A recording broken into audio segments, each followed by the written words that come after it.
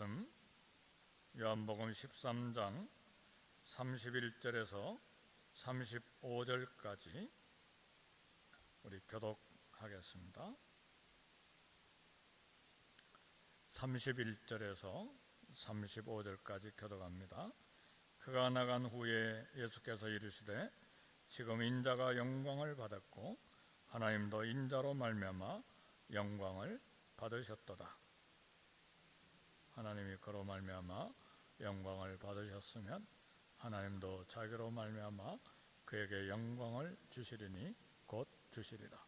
작은 자들아, 내가 아직 잠시 너희와 함께 있겠노라. 너희가 나를 찾을 것이나 일찍이 내가 유대인들에게 너희는 내가 가는 곳에 올 수 없다고 말한 것과 같이 지금 너희에게도 이르노라. 새 계명을 너희에게 주노니 서로 사랑하라. 내가 너희를 사랑한 것 같이 너희도 서로 사랑하라. 합독합니다. 너희가 서로 사랑하면 이로써 모든 사람이 너희가 내 제자인 줄 알리라. 아멘.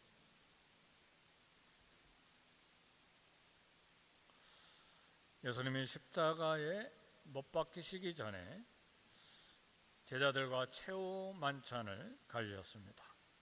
주님은 사랑하는 제자들과 식사를 하시는 중에 두 가지 위대한 일을 하셨습니다. 하나는 주님은 아무도 원치 아니하는 12 제자들의 발을 씻어주는 일을 하셨습니다.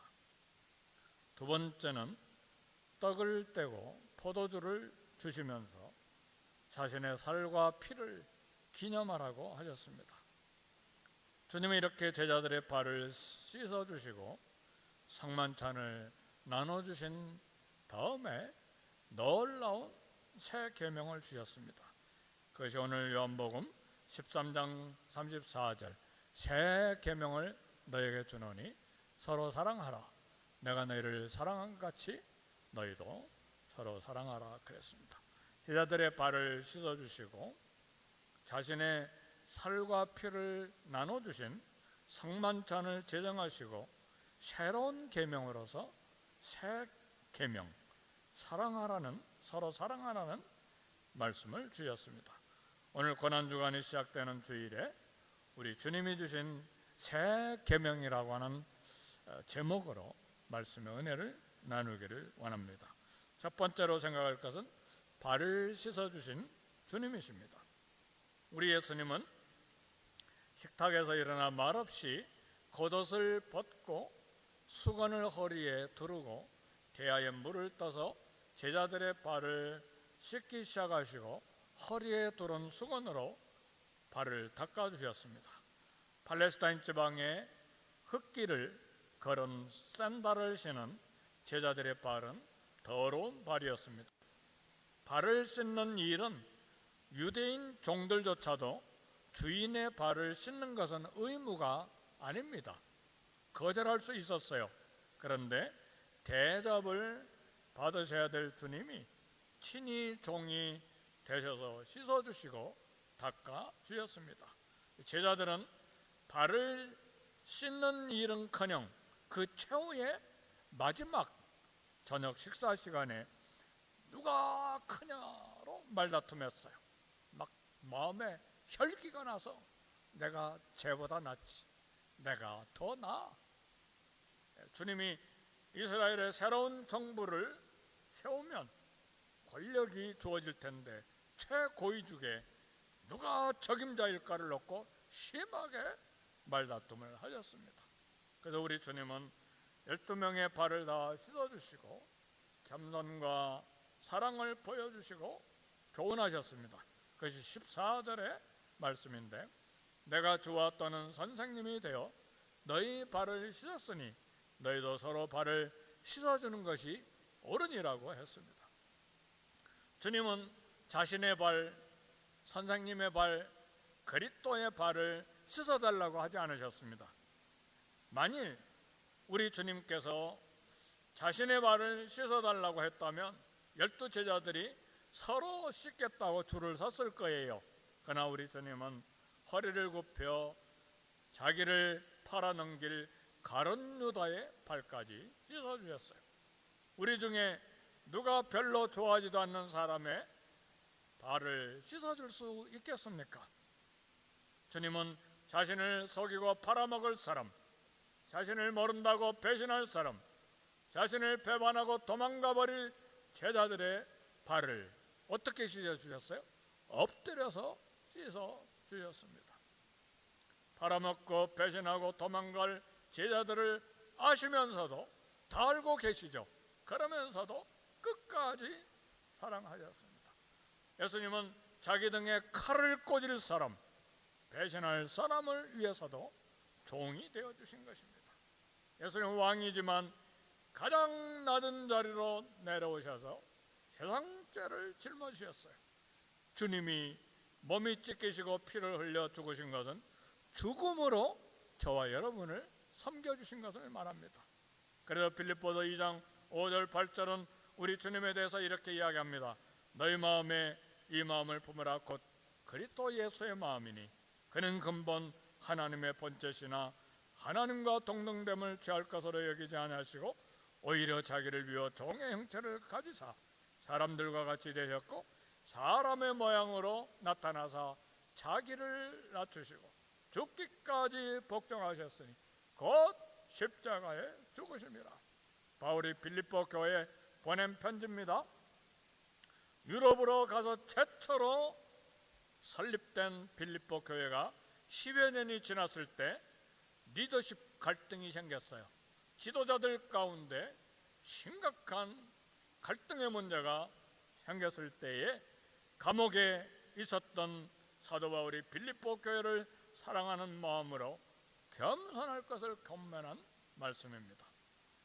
예수님은 죽음으로 자신을 낮추시고 목숨을 주심으로 섬기시고 생명을 쏟아 부으심으로 사랑하신 것입니다. 하나님의 아들이 죽기까지 복종하신 것입니다.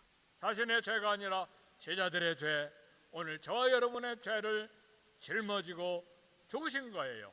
이 예수님의 희생과 겸손을 따라갈 사람은 이 세상에 아무도 없어요. 설교하는 저도 따라가지 못하고 설교를 듣고 있는 저와 여러분도 아무도 따라갈 수 없는 겸손입니다. 오늘 나와 여러분 모두는 이와 같은 예수님을 죽음을 본받도록 부름받지는 않았습니다. 예수님이 우리를 부르심은 십자가에 죽는 그런 죽음의 부르심은 아닙니다. 몸이 찢기시고 피 흘리는 십자가의 죽음은 예수님의 죽음으로 충분합니다. 내 죄와 이웃의 죄와 세상 죄를 대신해서 내가 또 죽을 필요는 없습니다. 내가 죽었다고 해서 세상 죄가 깨끗해지는 것도 아닙니다. 우리 주님이 오늘 본문을 통해서 우리에게 원하시는 것은 서로 발을 씻어주라는, 서로 낮추고 서로 섬기라고 하는 교훈의 말씀이에요. 내 감정을 내려놓고 미움과 분노를 내려놓고 자존심을 내려놓고 섬기라는 말씀입니다. 누가 나를 속여도, 누가 나를 배반해도, 누가 나를 모욕해도, 누가 나를 비방해도 섬기라는 말씀이에요. 이런 겸손은 교실에서 나오지 않습니다. 이런 겸손은 성경 공부 방에서 나오는 것이 아닙니다. 예수님이 보여주신 본을 따라 우리 삶에서 연습하고 실천하는 겸손에서 나오는 것입니다. 우리 주님께서 잡히시기 전날 밤 최후의 만찬 자리에서 발을 씻어주신 주님 곰곰이 생각하면 우리 예수님의 마음도 편하지 않았을 것으로 생각해요. 자신을 돈 받고 팔아먹는 배신자의 발, 우리 주님은 엎드려 씻어주셨어요. 한 제자는 자신을 모른다고 저주하고 맹세하면서 버리고 도망갈 제자의 발도 씻어주셨어요. 우리 주님의 마음 결코 편치 않으셨을 거예요. 한 제자는 도둑, 다른 제자들은 불쾌한 제자들, 그것 때문에 얼마나 배신감, 슬픔, 고통의 감정을 느끼셨겠습니까? 그러나 마지막까지 그 감정을 이기고 발을 씻어주시고 떡을 떼어주신 것이 바로 겸손이에요. 이것이 예수님의 겸손이요, 예수님의 사랑이요, 주님의 수용성이었어요. 나를 힘들게 하는 다른 사람을 수용하는 능력이야말로 큰 믿음의 시험입니다. 오랫동안 전 세계 교육계는 사람 개개인의 지능지수 IQ를 결정해 왔어요. IQ가 뭡니까? 자신의 기억과 지식과 그걸 종합해서 문제를 해결하는 각자의 능력을 숫자로 표시한 게 지능지수 IQ예요. 그러나 1983년 하버드 대학교에는 지능에도 여러 형태가 있음을 발표했어요. 어떤 사람은 수학은 천재인데 전자제품 다루는 데는 쑥맥인 사람이 있어요. 어떤 사람은 IQ가 천재적인 최고인데 기본적인 대인관계 능력이 전혀 모자라는 사람이 있어요. 그래서 하버드의 가드너 박사는 IQ로 인간 가치를 매기는 걸 절대 반대했습니다. 예수님은 사람들의 가치를 IQ를 따라 매기신 적이 한 번도 없었어요. 찰스 스윈돌 목사님은 예수님은 AQ를 높이는데 관심을 두셨다고 했어요. AQ는 그 A가 acceptance예요. 수용지수예요. AQ는 사람 관계 능력을 평가해요.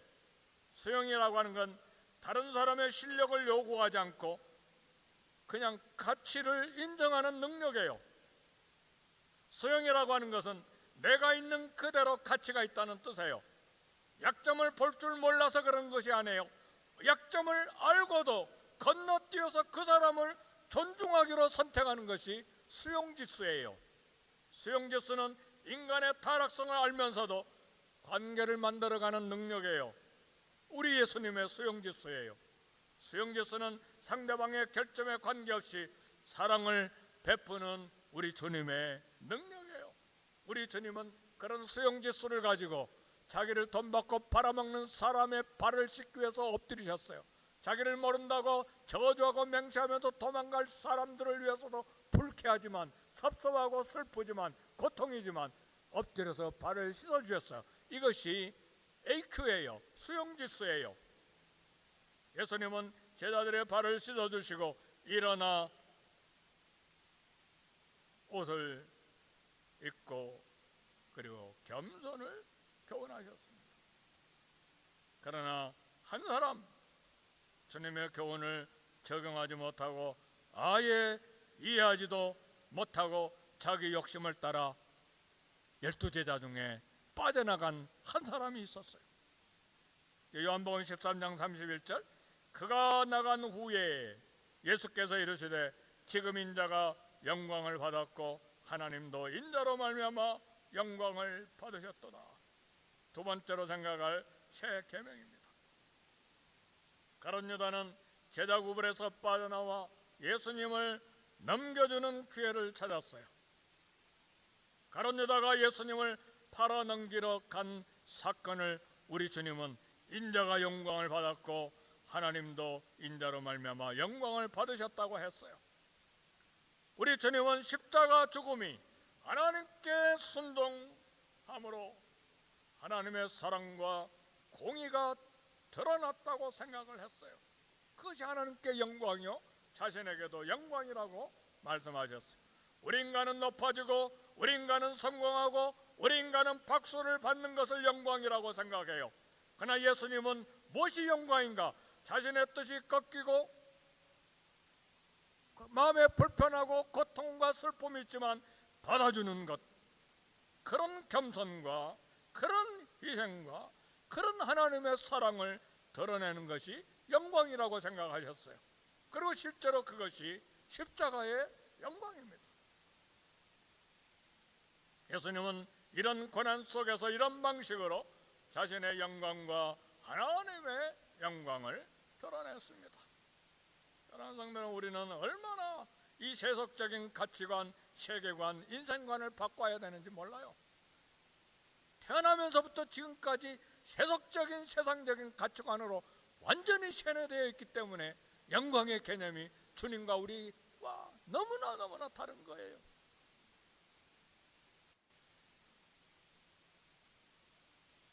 가룟 유다의 배신과 주님의 죽음 예고는 제자들에게 절망과 근심거리였어요. 사람은 절망과 근심이 생기면 본능적으로 자기를 보호하고 배타적이 되고 이기적인 사람이 돼요. 이 문제를 어떻게 해결해야 되는가? 한 제자는 배신하고 다른 제자들은 또 도망가고, 주님은 죽을 것을 예고하셨는데 이 문제를 어떻게 해결해야 되는가? 이때 우리 주님이 번개치는 말씀, 온 세상을 뒤덮고도 남을 하늘의 말씀을 주셨어요. 그것이 34절에요. 새 계명을 너에게 주노니 서로 사랑하라. 내가 너희를 사랑한 같이 너희도 서로 사랑해라. 옛날 계명은 내 이웃을 내 몸과 같이 사랑해라. 자기 사랑이 중심이에요.